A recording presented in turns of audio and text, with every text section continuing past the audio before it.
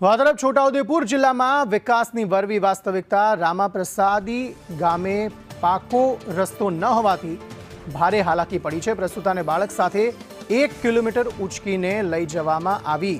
મકાન ધરાશાયી થતા પ્રસૂતા સહિત 4 લોકો ઈજાગ્રસ્ત થયા હતા।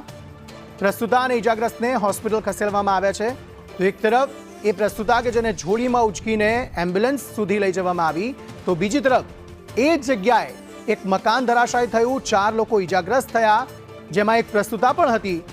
તેમને પણ આ જ રીતે જોડીમાંથી ઉંચકીને એમ્બ્યુલન્સ સુધી લઈ જવામાં આવી, હોસ્પિટલ સુધી લઈ જવામાં આવી। અન્ય જે ઈજાગ્રસ્તો હતા તેમને પણ એ જ રીતે હોસ્પિટલમાં લઈ જવામાં આવ્યા। અને જે સ્થાનિક લોકો છે તે આ મામલે વિરોધ કરતા પણ જોવા મળ્યા કે આખરે સરકાર આ વિસ્તારમાં ધ્યાન ક્યારે આપશે અને અહીંયા પાકા રસ્તા ક્યારે બનાવશે।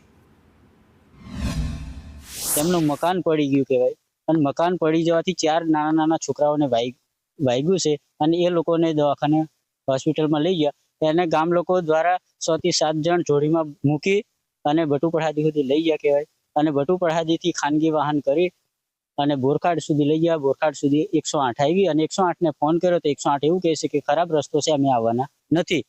તો અમારે હવે કહેવા કોને જવું? સરકારને અમારે વિનંતી છે કે અમારે રોડ પાકો બનવા જોઈએ, ગાડી જતી નથી ને તો પછી દવાખાને લઈ આવીએ। અમારે ગાડી જાય નહીં એટલે પછી કેવી રીતે અમે દવાખાને લઈ આવીએ? એટલે રોડ પાકો જ જોઈએ। આ છોકરીને આ છોકરું મરી જતું તો અહીંયા કોઈ જવાબદારી લે? તો આ બીજા ગામડામાં રોડ બનાવે, અમારે રામાપ્રસાદી મેં રોડ નહીં બનાવી આપતા। સરકાર બધાનો દઈ ને અમારે એટલો નહીં હોય, અમારે તો કઈ રોડે નહીં બનાવી આપતા। છોટાઉદેપુર જિલ્લાના નસવાડી તાલુકાના રામાપ્રસાદી ગામને આ કાચો રસ્તો છે। આ દ્રશ્યો તમે જુઓ, આ સંદેશ ન્યૂઝ હમણાં ગ્રાઉન્ડ 0 પર પહોંચ્યું છે। આ અમારા પગ તમે જોઈ શકો છો। આ તમે વિચાર કરો, આ પગ મૂકતા આ જોઈ રહ્યા છો। હવે તમે વિચાર કરો, આ કાચા રસ્તાની પરિસ્થિતિ જોવો, એટલી ખતરનાક છે કે તમે વાત ના પૂછો। હવે અહીંયા 108 આવે ક્યાંથી? એટલે સૌથી મોટો પ્રશ્ન 108 આ ગામ સુધી આવતી નથી। ને દ્રશ્યો જોઈ રહ્યા છો, જે રીતે આ જ કાચો રસ્તો છે જે આઝાદીના વર્ષો પછી પણ બન્યો નથી। આ રામાપ્રસાદીને જોડતો રસ્તો છે, ને બીજી બાજુ રસ્તો છે રામાપ્રસાદીથી બટુપરસાદીને જોડતો રોડ છે, એ ખખડધજ હાલતમાં, ત્યાંથી પછી બોરખાડનો રસ્તો બી ખખડધજ હાલતમાં છે।